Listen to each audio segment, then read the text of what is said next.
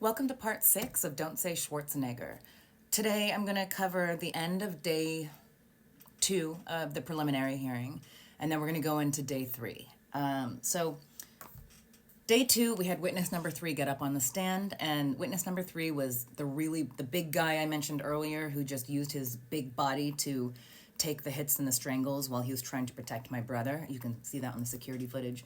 I also want to note that all of us who gave all of our statements to the LAPD that week, that very first week, all of us gave all these statements, including TMZ Paps and everybody, and all of our statements were done before we were made aware that there was 2 cameras for security cameras from buildings next door that got most of the assaults on camera.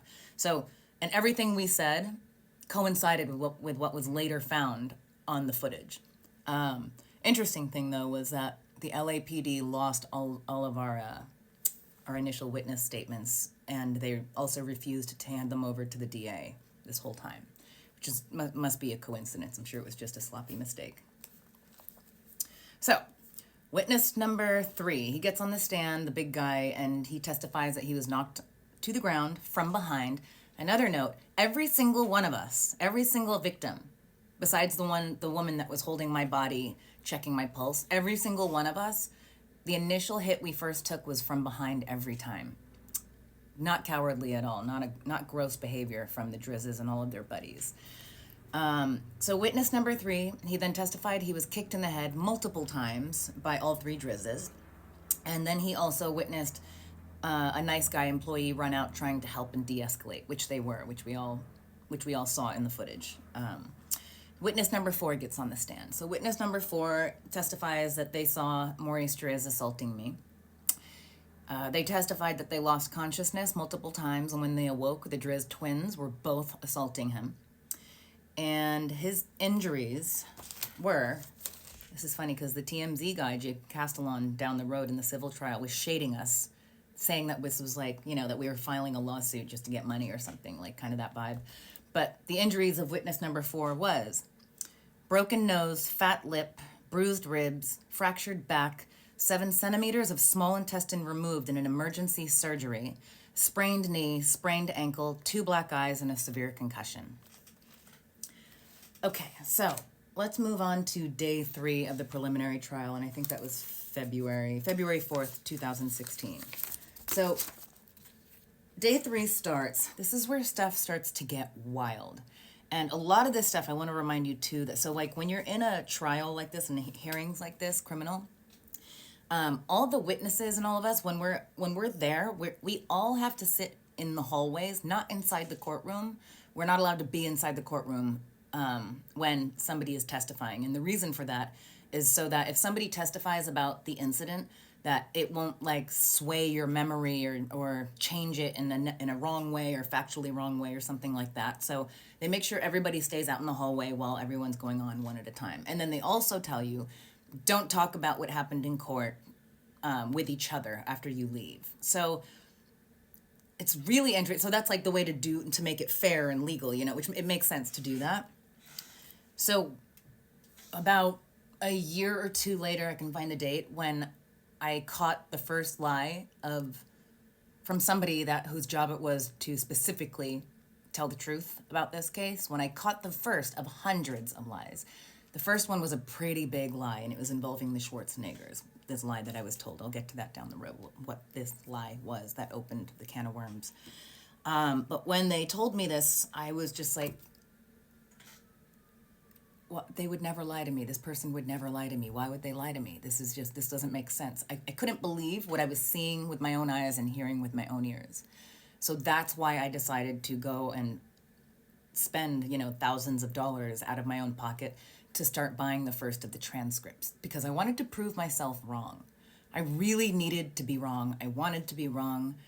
And I was sure of it once I bought the transcript, the 1,100-page transcript of this hearing. I was sure I would be wrong, and then we could all go back to trusting the system. And instead, when I bought this transcript, I found hundreds of more important lies, crucial evidence, things that we were not told, that we should have been told, that we should have been made aware of. So that was a really hard time in my life, by the way, trying to wrap my head around people that are supposed to care about you, and they are intentionally on a daily basis sabotaging your life. That messed me up in the head a lot. Yeah, yeah. So we get to day 3, and this was interesting because, oh God, Shapiro. So Robert Shapiro, he says this statement. Remember, he is Maurice Drizz's attorney. So he's drilling witness number 3, and he's kind of trying to change the narrative and throw the facts out the window and stuff like that. And Shapiro actually says, isn't it true Anne fell? You don't recall her losing her balance when she went over? They were trying to change the narrative to say that my black eyes, my jaw sticking out 4 inches, and my skull hanging out 5 inches, traumatic brain injury, and all of the other stuff. They were trying to say that I hurt myself falling down off of the fence, which, again, like once my leg was over, I was only 2 or 3 feet off the ground, and I just stepped down. It wasn't, I didn't even have to like jump. It was just like I like stepped down the ledges. They were, so he was trying to change that narrative. He's like, the fence is 7 feet tall. Anne is 2 feet tall. The fence is 20 feet tall. And like maybe she, traumatic brain injury from tripping. So, which is funny because like Ray Nicholson, when he got deposed down the line, he kind of alluded to that too. It's so interesting that he would go with the same narrative that his father, Jack Nicholson's best friend, Robert Shapiro, you can Google that article, would say. So Shapiro, defending one of the Drizzes, but they're helping all of each other. They're all kind of working together, All 3 Drizzes went to Beverly Hills High School, okay? Like, Beverly Hills High School, which is even funnier. I tried to post something, but TikTok was like, no, which is fair. But I tried to post screenshots with stuff blurred out, but I didn't do it well enough. But like, I have screenshots of all of Sean Drizz's tweets from around the time before and after, mostly right before the assault. And that Beverly Hills boy likes to use the N-word. And there's homophobic stuff in there. There's stuff he says about what he wants his girlfriend to be doing. I can't even say it or post it. I'm afraid to post it again. I don't want to get like TikTok mad at me. But yeah, so these are our Beverly Hills boys. So Shapiro says, and this just like made me so angry. Like it's so problematic. So Shapiro says to the witness, because he's trying to say it couldn't have been these guys, not these gentlemen that I've known for 25 years. No way. He says, and I quote, in this society, unfortunately, people that come to these clubs aren't only people that live in West Hollywood, unquote.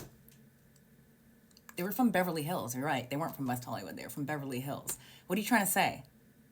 Like, what are you trying to say? What do you think he was trying to say, friends, audience?